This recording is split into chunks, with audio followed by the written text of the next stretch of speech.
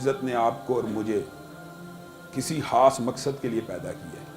اگر انسان صرف اس مقصد کو جانچ لے، بھانپ لے، تو انسان کی ساری زندگی کا حلیہ بدل جاتا ہے۔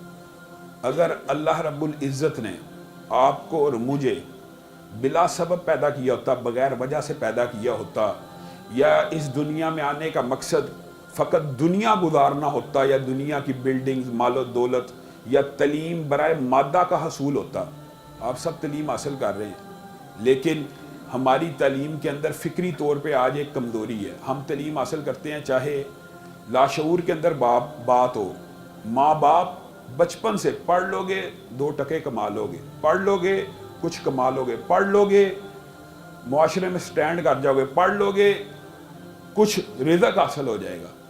تو یہ جو ٹارگٹ ہے بچپن سے جب بندے کے ذہن میں ڈالا جاتا ہے، اسلامی تعلیمات 1300 برس اس ٹارگٹ، اس منہج سے خالی ہے۔ تعلیم اسلام کے اندر برائے تربیت ہے، تعلیم انسان کے لیے اسلام کے اندر برائے اصلاح معاشرہ ہے، تعلیم برائے تربیت کا کنسیپٹ جب تک مسلمانوں میں رہا، بڑے بڑے مفکرین بھی پیدا ہوتے رہے، اعلیٰ صفت لوگ بھی پیدا ہوتے رہے، لیکن کیپٹلزم کے بعد، جن کو آپ اکثر لوگ جانتے ہیں سرمایہ دارانہ نظام کے بعد، تعلیم برائے مادیت کا کنسیپٹ آیا۔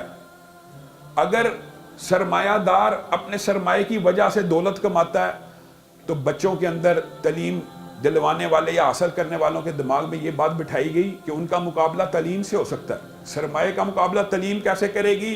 ٹارگٹ ان کو بھی یہ دے دیا گیا کہ تعلیم حاصل کرو اور مادہ کما لو۔ تو یہ اصل جو منہج، مشن اللہ رب العزت نے جس کے لیے انسان کو اتارا ہے وہ مادہ نہیں ہے۔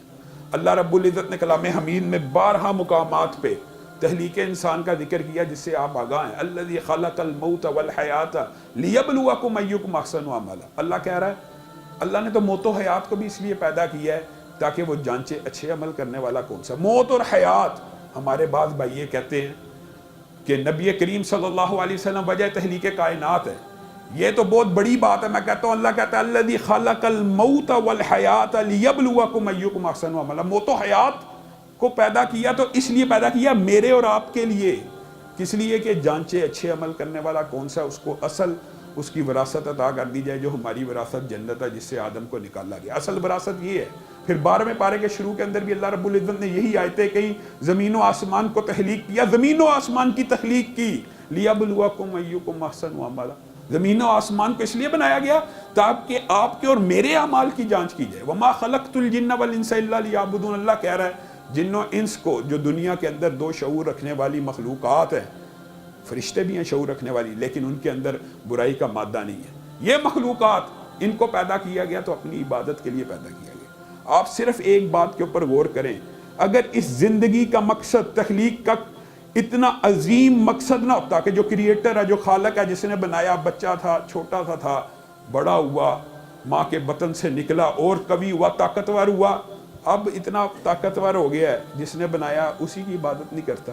اللہ رب العزت نے اگر آپ کو اور مجھے بلا مقصد، بلا سبب بنایا ہوتا، یا کوئی خاص مشن، منشور نظریہ نہ ہوتا، تو آپ کی اور میرے اعمال کی ریکارڈنگ کا جو اللہ رب العزت نے زبردست نظام بنایا ہوا یہ نہ بناتا۔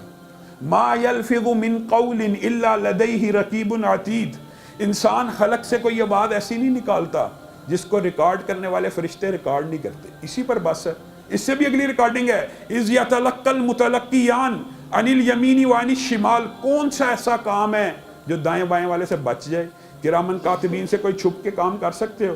اگر کر سکتے ہو تو نحن اقرب الیہ من حبل الورید، ہم تو تمہاری شہرگ حیات سے بھی زیادہ قریب ہے، ہماری ریکارڈنگ سے کیسے بچو گے؟ اگر یہاں پہ بھی بس ہوتا نا یہ سارا سسٹم ریکارڈنگ کا، اعمال کا، تو انسان کچھ سوچ سکتا تھا، کچھ فکر آ سکتی تھی کہ یہ جو وسوسے پیدا ہوتے ہیں، نیکی کا خیال پیدا ہوتا ہے، دین میں لکھا ہے نیکی کا خیال ہونا بھی عبادت ہے۔ وَنَعْلَمُ مَا تُوَسْوِسُ بِهِ نَفْسُ۔ اللہ کہہ رہا ہے تخلیق بلا سبب نہیں ہے۔ وَنَعْلَمُ مَا تُوَسْوِسُ بِهِ نَفْسُ، تمہارے دل کے اندر بھی جو نیکی کا خیال آتا ہے تمہارا رب اسے بھی ریکارڈ کر لیتا ہے۔ یہ سارا سسٹم بلا وجہ